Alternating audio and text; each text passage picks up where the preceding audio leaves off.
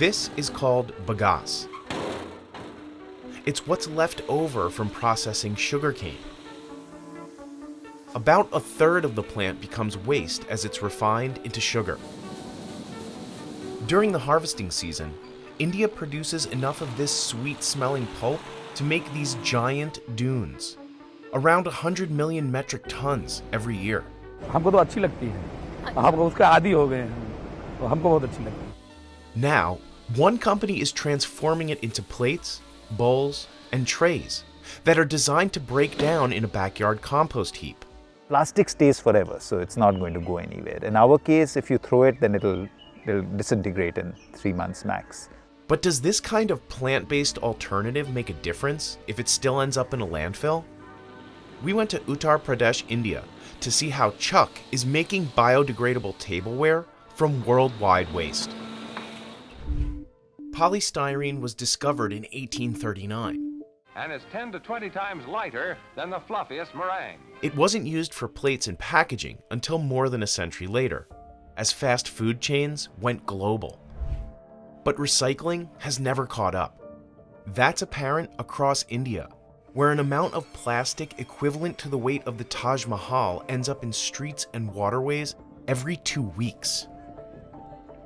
Landfills across the country are filling up without government oversight, creating unsafe conditions that can lead to fires. The idea behind CHUK is to replace some of that plastic with biodegradable sugarcane waste. India is the world's second largest producer of sugar, making more than 25 million metric tons in 2020. And that means mountains of bagasse. KM Sugar Mill alone produces over 3,500 tons of it per day during the harvesting season. It can be tough to work with. नहीं दिक्कत तो होती है, जैसे कि नाक में भर जाता है, मुंह में भर जाता है और खांसी उसी आने लगती है. Most of this material will be burned to produce electricity. It's a low pollution alternative to fossil fuel. भी चीज़ ऐसी नहीं है जिसका हम लोग इस्तेमाल ना करते हैं. सारी चीज़ का इस्तेमाल करते हैं और अच्छे से अच्छा उसका वो करने की कोशिश करते हैं. But it has other uses too. We were told this is a very good fiber for molding. For over 40 years, Ved Krishna's family turned sugarcane waste into paper in a factory owned by his parents. They named it Yash Paka, and their company slogan is packaging with a soul.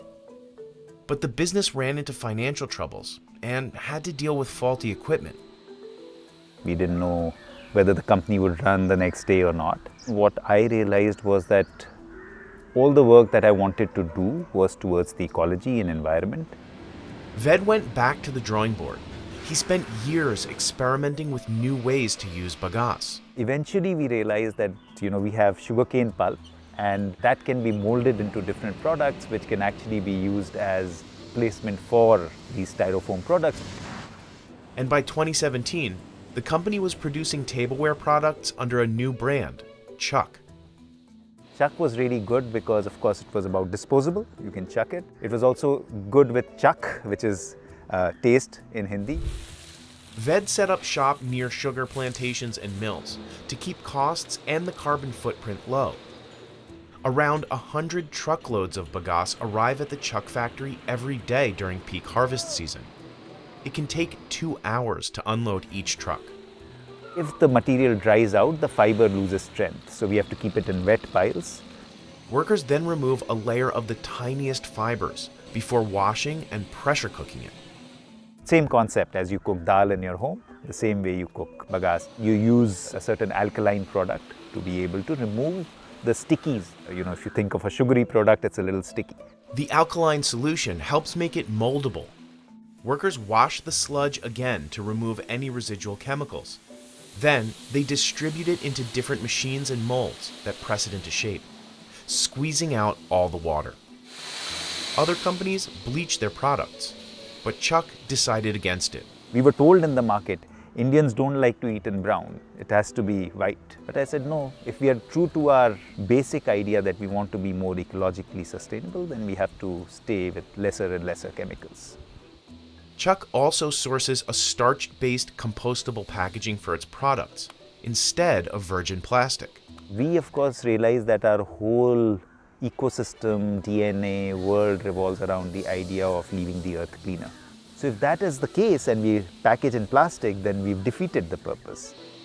Workers like Shilwadi check the finished products for quality before counting and packaging. इसमें high breathing है, लो breathing है, cracking है, moisture है, fibre missing है, तो इस light के सामने दिखाई देता है. The CHUK factory can crank out 1 million individual items in a day. And that's only half of what VED says is possible with the current setup. We are still figuring out a lot of the technology. By the time they reach consumers, CHUK products end up being about 20% more expensive than items made from plastic. CHUK's meal tray costs 10 rupees or 13 cents, while a plastic tray costs around 8 rupees or 10 cents. Another reason CHUK costs more? VED insists on paying his staff a living wage. I think we are very proud of having lots of local people. More than that, we are proud of having 50% women, and they're amazing. Some women like Shilwadi can make up to 10,000 rupees a month or $131. That's nearly double the minimum wage in the state of Uttar Pradesh. इसमें भी मिल जाता है, खर्चा चल जाता है अपना. 2 बच्चे हैं, पढ़ाई लिखाई में लग जाता है. So far, CHUK hasn't turned a profit, but the business continues to grow. Over 3,000 restaurants across India have used the company's tableware. The pandemic was a major setback. Sales dropped by 70%. If restaurants shut down, we shut down. So that's a challenge, but we are trying to now change our model where we are also trying to go direct to customers. So VED plans to set up an online store and make their products available in retail locations. And he hopes to ramp up his business enough to support India's war on plastic. Starting in July, the country will ban many plastic items, including the kind of single-use food containers that CHUK wants to replace. So, are products made from bagasse better for the environment? Probably. CHUK recommends leaving its products for 90 to 180 days in a backyard composting bin that maintains moisture and good oxygen flow. But they can still harm the environment if they end up in a landfill, where they won't decompose as fast. Plastic, on the other hand, never really goes away. It just keeps breaking down into smaller and smaller particles. VED is just one of many entrepreneurs around the world recycling waste into food containers and utensils. LifePack in Colombia makes compostable plates out of pineapple crowns. Hemos usado residuos que antiguamente los estaban botando y eso lo estamos transformando. Entonces, esa es la ventaja, esa es la diferencia que nosotros estamos haciendo. In Mexico, Biofase creates bioplastic cutlery out of avocado waste. And in Denmark, a young innovator is making edible cutlery and bags out of potatoes. And it will likely take all these companies and more to manage plastic waste now and into the future.